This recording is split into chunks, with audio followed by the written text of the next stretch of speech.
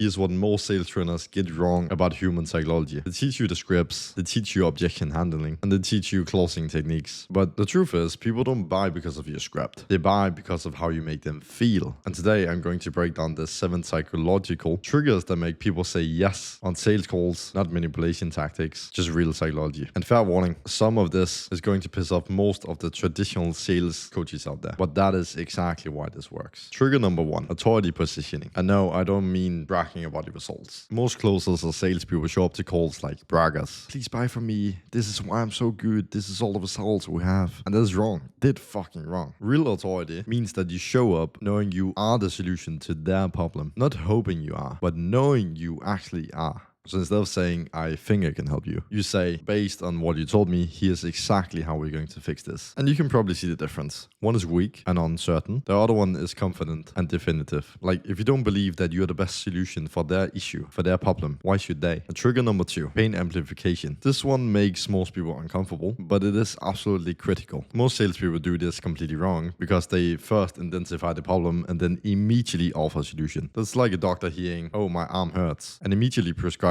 surgery without understanding how deep the problem actually goes. You need to make them feel the true cost of inaction, not to be cruel, but to be helpful. If someone say they're struggling to get clients, you don't just immediately go, oh, we can fix that. You say, oh, how long has this been going on for? What's it like costing you to stay stuck here? Where do you think you'll be in, let's say, 12 months if nothing happens? Because people don't buy solutions to problems they think are manageable. They buy solutions to problems they think they cannot fix themselves, or at least without help. Trigger 3, future facing. And this is where most completely lose the pot. They sell their service, they sell their features, they sell their process. That is wrong. People do not just buy your service. They buy the future version of themselves, their outcome. For example, instead of talking about your 12-week program, you paint a picture so vivid in their mind of who they'll be in 12 months after your program. Just a small example. Imagine waking up tomorrow and your biggest issue is no longer finding clients. It's choosing which ones to work with and what to do with all the money. That's not selling a service. That's selling a transformation. And if you can't paint a picture so vivid in their mind, then you don't understand your offer well enough. Trigger 4, urgency creation. I'm not talking about fake scarcity bullshit. Real urgency comes from helping them understand the cost of inaction or delay. Most people think they have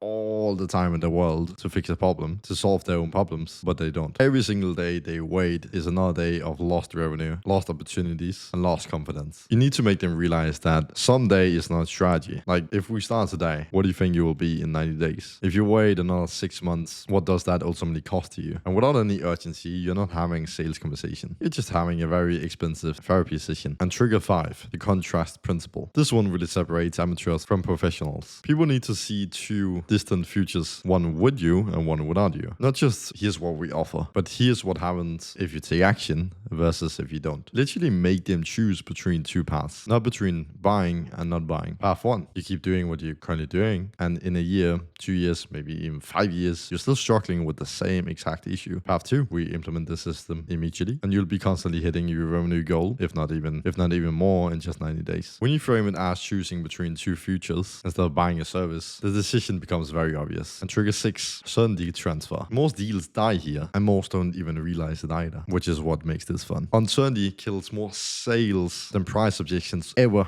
Well, if you're not certain about the outcome, they won't be either, and uncertain prospects don't buy. So don't ever say, I think this could work for you, or you should see some results. Start saying, when we implement this system, and by the end of month 2, you'll have X, Y, Z, your certainty becomes their certainty. Your doubt becomes their doubt. So which one do you think closes more deals? And trigger 7, the permission to succeed. And this is the most overlooked trigger in sales. Like, this isn't even getting taught by most coaches out there. So most people are scared to invest in themselves. They need the permission to say yes. Not permission from their spouse or business partner. Permission from you. Look, I work with thousands of people in your association. The ones who succeed are the ones who make a decision today. The ones who wait, well, they always stay stuck. You're not pressuring them. You're giving them the permission to choose success over fear. And sometimes the most powerful thing you can do is tell someone they deserve to succeed. And these triggers work because they're based on real human psychology, not some random ass sales tactics. People buy emotionally and then after justify with logic. They buy the transformation, not information. They buy certainty, not features. And if you still using the same old sales tactics,